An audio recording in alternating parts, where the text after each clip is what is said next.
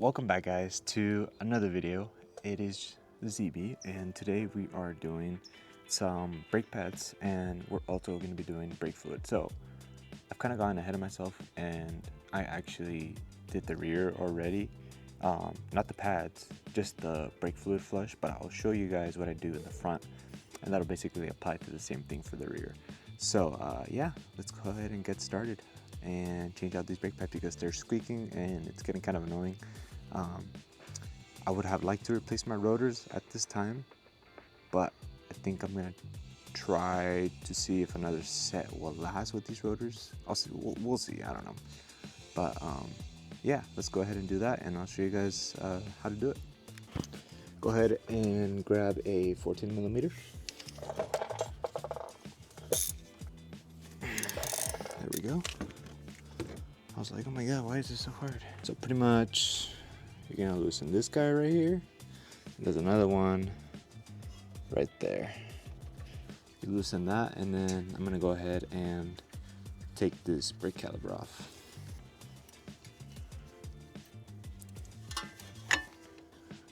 And what I like to do is I just like to rest it right on top of that, just like that, and you're chilling.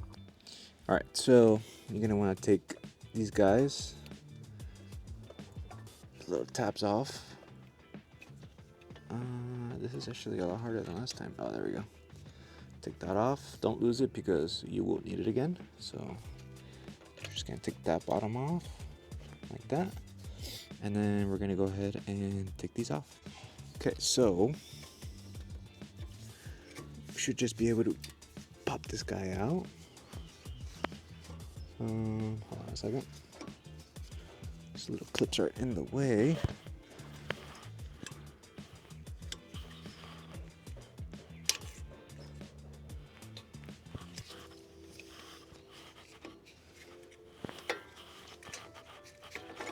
There you go. First one out.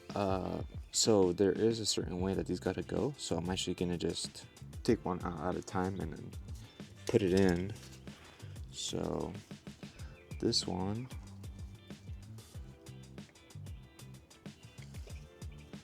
this is your one right here that you want. So the difference between this one and this one is you can see this one, what the heck? Now the paint stripped off? Huh, weird. What you want to pay attention to is that little metal clip right here. So that's your pretty much your wear sensor. That makes the squealing noise when your brakes are about to go. So this will rub against the rotor, and it'll let you know, hey, your brakes need to get changed. As you guys can see, as your brakes get thinner and thinner, that will let you know when to change them. So this is gonna go on the other side. This is the one you want to put on the front. Okay, just like that. Our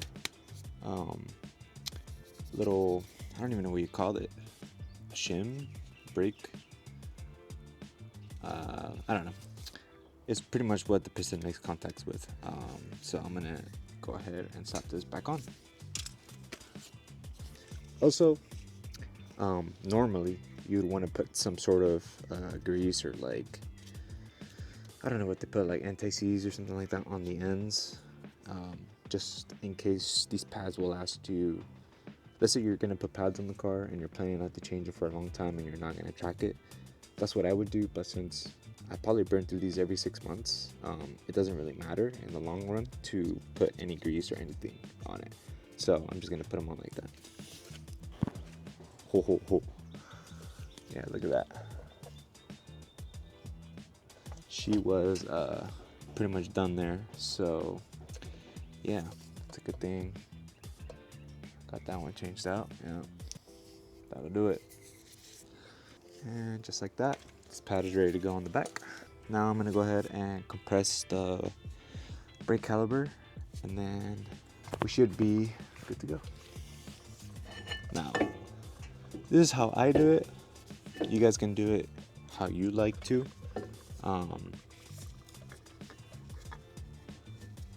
This is probably not a conventional way to do it, but I don't have a brake compression tool, so I'm gonna use this guy to compress the caliber. And this actually works not bad. I'm actually gonna open my brake reservoir so that it'll make it a lot easier, so that this doesn't expand again as I try to compress. And she's going. It's definitely taking a lot longer because I don't have a tool to compress this, but it'll definitely work. So that's what I'm doing. Okay. She should be good to go.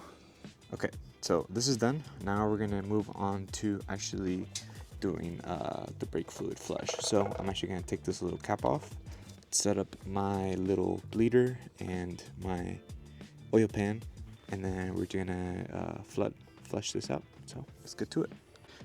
Dude, I actually did forget something pretty important. So I'm actually gonna take this off real quick. Well, not completely off. I'm just gonna slide the bottom out so I can put these clips back in because I completely forgot. All right, so that's how those clips should end up, just like that. Now we're done and we're gonna move on to bleeding the brakes. Okay, so pretty much what I'm doing is I have my little cool brake bleeder tool. It has a check valve in between so air won't come back into the brakes. I actually have a 10 mil socket, and what I'm going to do is I am going to start the car, pump the brakes, but before that actually I need to crack this open. So I might do actually a little more.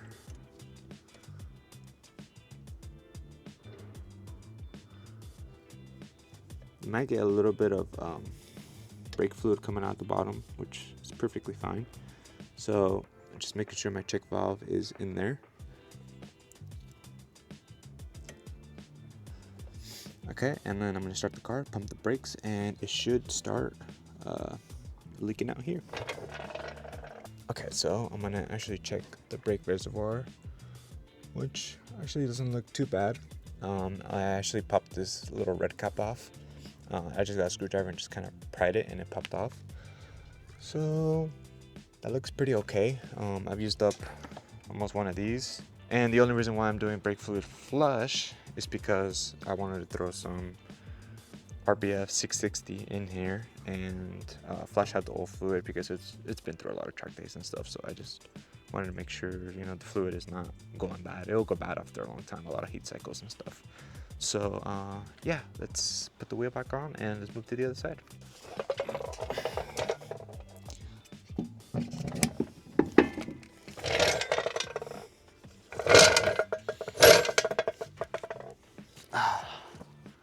Done. Let's go on to the other side. And if you guys are wondering, ZB, why do you have your race wheels on? Are you going racing? No, I wish. My actually stock PS4s started cording, so I can't drive on those. That's pretty bad. So I'm running the race wheel and race tires because getting new tires on the stock wheels, it's pretty expensive. So yeah, unfortunately, I wish I would be racing right now, but I actually have to get replacement tires for my stock wheels because those are my dailies and these are race tires, and you know I can't be dailying the race wheel on the race tires. So here we are, having fun.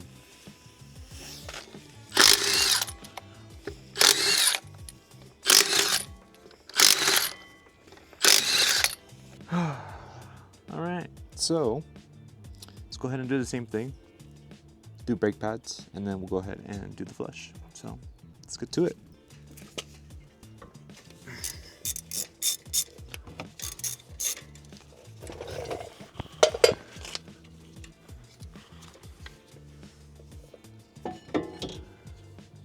All right, not too shabby.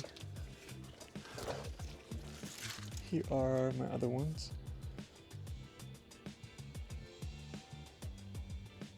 Still has a little bit of life on that one left, but you know, it is what it is. Already here, replacing them. So, plus they're squeaking. So, oh, she went flying. Okay. Yeah. So there's that one right there. Almost to the point of screeching. So this one's actually not that bad. But I don't know, it looks like I definitely have a lot more meat right here than compared to right here. So interesting. Very interesting. I don't know why that one kicked my ass so bad. Look at that. Literally kicked my ass.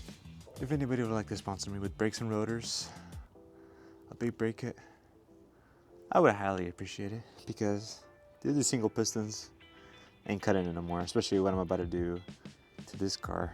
Next video, I'll be doing an E40 tune, so stay tuned if you guys want to watch that.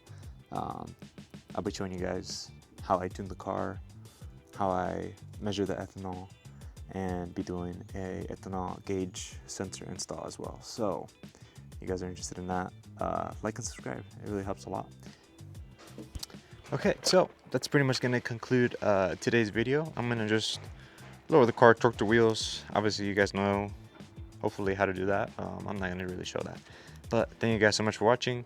On the next video, gonna be installing the innovative motorsports ethanol gauge sensor, so that I can see how much ethanol percentage is going to be in the car.